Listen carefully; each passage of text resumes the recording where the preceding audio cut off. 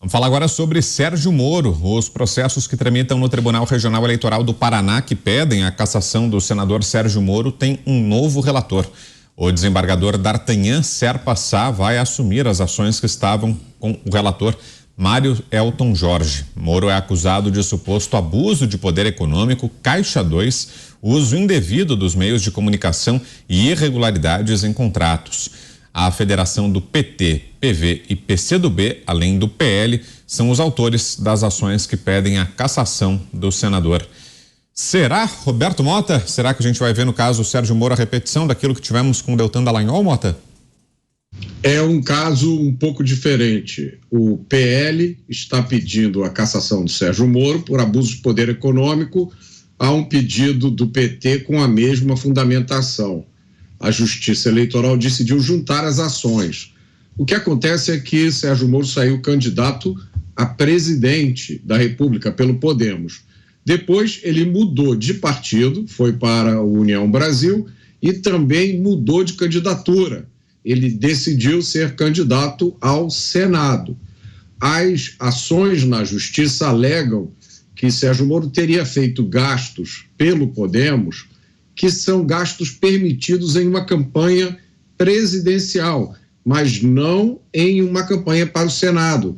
O teto de gastos para uma campanha presidente é de 89 milhões. Já o teto de gastos para uma campanha senadora é de 4,5 milhões. Então há uma diferença muito grande. E tanto PL quanto PT alegam que isso teria dado a Sérgio Moro uma vantagem indevida. E aí vem a discussão, né, se isso é ou não razão para a cassação do mandato dele, e aí eu deixo o Pavinato, que tem muito mais autoridade para falar sobre isso. Agora, a outra dúvida é o que acontece se ele for cassado, se ele perder o mandato. Alguns juristas dizem que deveria haver outra eleição, outros dizem que não, e citam uma regra que, como o Moro não fez mais do que 50% dos votos, na verdade não seria feita uma nova eleição. O mandato iria para o próximo mais votado, que seria o ex-deputado federal Paulo Eduardo Martins. E o que é que o termômetro político está indicando, Zé? Afinal de contas, imagino que a política seja um componente também nessa discussão, né? Para além do debate jurídico, tem o peso da política também. O que é que será que pode acontecer com o senador Sérgio Moro, Zé? Eu fico impressionado com esse debate, o que está acontecendo no Congresso Nacional. De um lado, vem deputados, me lembro assim do Coronel Moura, né? O Coronel Meira de Pernambuco, dizendo: olha, Zé Maria, eu tive acesso aqui a uma lista de parlamentares a serem cassados, e ele indignado com isso, e com razão. Quando se caça um parlamentar, principalmente pela Justiça Eleitoral, não está tirando um direito individual de alguém, está tirando o direito da coletividade. Não é só dos eleitores que votaram no Sérgio Moro, mas do sistema eleitoral de uma forma geral. A Justiça Eleitoral só faz isso, julga processos eleitorais. E até hoje isso está nessa pendenga toda, quer dizer, isso tinha que ser decidido lá atrás. A Justiça Eleitoral não pode demorar tanto só nesse ponto, e fora a covardia. Então, nessa lista tem a Carla Zambelli, tem outros deputados e tal, e tem o Sérgio Moro. Olha, que absurdo. No Paraná, já estão em campanha eleitoral vários parlamentares e tal, inclusive Álvaro Dias, que se considera o traído do Sérgio Moro, e tem um pouco de razão, não, tem muita razão. Álvaro Dias pegou o Sérgio Moro pelas mãos, gastou uma nota naquele anúncio de entrada no partido, que ficou caro, né? Usou o partido e tal, de repente saiu do partido, foi para São Paulo, voltou candidato ao Senado contra o Álvaro Dias. Em política isso é imperdoável, e ganhou do Álvaro Dias. Álvaro Dias está em campanha, ou para a prefeitura ou para o Senado. Gleisi Hoffmann também já está em campanha para tentar chegar ao Senado, e de uma maneira tranquila, porque se perder fica deputada.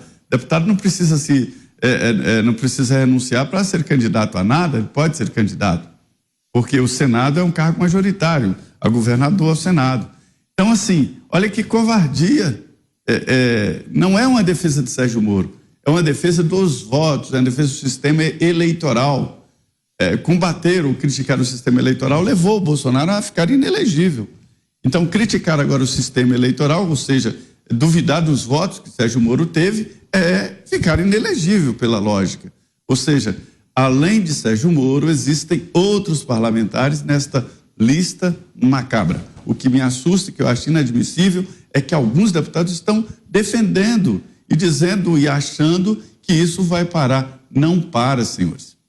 Não para. Ninguém para um processo assim. É isso mesmo, Dantas? É parte de um movimento mais amplo? Eu falei aqui, no dia da cassação do Deltan, esse caça às bruxas não pararia, não terminaria com o Deltan. Vai avançar, avançou aí Bolsonaro, vai avançar no Moro, vai avançar no Nicolas, vai avançar em todos esses, Carla Zambelli, como mencionou o Zé Maria aqui, eles vão atuar no Conselho de Ética, eles vão atuar junto à TSE, vão atuar de todos os jeitos.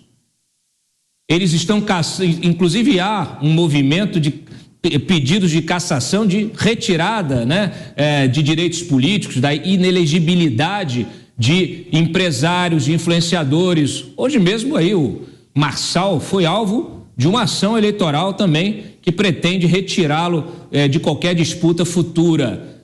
A ação não está muito clara ainda. Diz que ele usou dinheiro dele para financiar a própria campanha dele e pagou empresas prestadoras de serviço com o próprio dinheiro. Não usou dinheiro público. Se for isso, fica muito difícil que uma ação se sustente nisso para caçar qualquer coisa. Outro, o Luciano Hang, perdeu também os direitos políticos, não pode mais votar nem ser votado. Ninguém falou disso dias atrás, porque apoiou, foi declarar, gravou um vídeo dentro da empresa dele apoiando lá o prefeito de Brusque. E por aí vai. Né? Tem o Ministério Público Federal aqui tentando retirar as outorgas da Jovem Pan. Esse ecossistema do qual faz parte essa turma aí, que a gente estava falando antes do Felipe Neto, que aliás eu gostaria de falar muito disso ainda hoje, esse ecossistema é o ecossistema que integra o atual governo, que fala em amor e pratica o ódio, pratica a vingança, a revanche, o revanchismo. Há quase como um sentimento aqui que ele permeia Brasília, permeia a burocracia de Brasília hoje. As autoridades só falam nisso. Elas querem extirpar o bolsonarismo, o lavajatismo, os ismos que estão justamente abarcados pelo antipetismo. Ou seja, a oposição, a direita. Todo aquele que não concorda com a teologia petista, né? Que não se curva à teocracia petista, porque é disso que se trata. Eu acho até curioso, né? O pessoal aí falando de Felipe Neto integra esse grupo que está aí para combater o ódio. Eu quero ler para vocês depois aqui do que se trata essa recomendação que foi feita pelo grupo dele. Esse rapaz, ele construiu a carreira de youtuber dele praticando o quê? Fazendo ataques, vídeos agressivos. Aí, de repente, ele se converteu. Por isso que eu estou falando que é teocracia, por isso que eu estou falando que é religião. Ele se converteu à esquerda e foi perdoado. Vários jornalistas, comentaristas aí que a gente fica olhando hoje e fala assim, peraí, mas esse cara não foi o cara que criou o termo petralha e hoje está apoiando os petralhas? Se converteu. O que converteu essa gente? É conversão, é religião, não tem nada a ver com fé, é crença, não tem nada a ver com fé, é credo, é idolatria, é ideologia, é o inferno.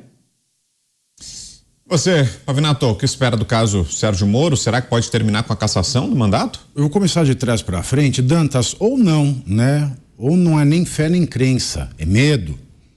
Porque nós temos que lembrar, numa época muito distante da nossa, existia a Inquisição e as pessoas, elas eram queimadas, torturadas até reconhecerem uma fé que não era delas. É uma opção também. E quando eu vejo alguém tentando dizer de que diz a democracia é relativa, tem uma procuradoria da democracia e quero apontar todos aqueles que são contra o que o meu governo faz como antidemocratas, transformou a democracia num grande jogo de inquisição, que vence ou pela fé ou pelo medo. Quanto a esse caso do Sérgio Moro, permitam-me discordar e concordar do Mota, porque a gente tem que fazer uma parede. Uma coisa é esta ação absurda contra a Jovem Pan, né, de 2 procuradores do Ministério Público Federal aqui de São Paulo, que eu quero crer que não representam a instituição do Ministério Público Federal, né, uma coisa totalmente sem base. Uma coisa é o caso do Deltan Dallagnol. Esse sim é uma patente antijuridicidade que eu espero seja apontada pelo Supremo Tribunal Federal. E outro caso é o caso do Moro. Nós estamos falando aqui, esta tentativa de 2 procuradores do MPF aqui de São Paulo é absurda, antijurídica, e o que aconteceu com o Deltan é absurdo, antijurídico. Agora, o Moro é bobo. O Sérgio Moro é bobo. O Sérgio Moro não consegue lidar bem com a legislação. Ele tem algum bloqueio que o impede de ver comandos muito objetivos e claros da legislação. Ele, como juiz federal, deveria conhecer melhor do que todos os outros. E, portanto, eu digo que eu concordo com o Mota nesse ponto para dizer o seguinte: se eu não vi os autos, e por isso eu uso se, de fato, ele usou a estrutura partidária do Podemos e, nas suas andanças pelo país, nas suas aparições públicas no Brasil, através de recurso do Podemos, se o valor dessas andanças e aparições, somado ao valor da campanha ao Senado no União Brasil, vulgo Caldeirão do Capeta, se a soma desses valores ultrapassa aquilo que a lei coloca como teto para a campanha de um senador, quem usurpou os votos dos eleitores do Moro foi o próprio Moro, que devia saber que 2 mais 2 é 4, e não relativo. E não cair no lulismo relativista, ainda mais ele, que é um juiz. Portanto, são coisas muito diferentes. O caso do Deltan, mencionar aqui, o caso do Moro, e repito aqui, eu não vi os autos. Se, de fato, os gastos no Podemos, e o que ele fez com o Podemos não tem nome, mas os gastos que ele fez no União Brasil, Caldeirão da Dona Clotilde, somados ultrapassam o teto da campanha de senador, paciência.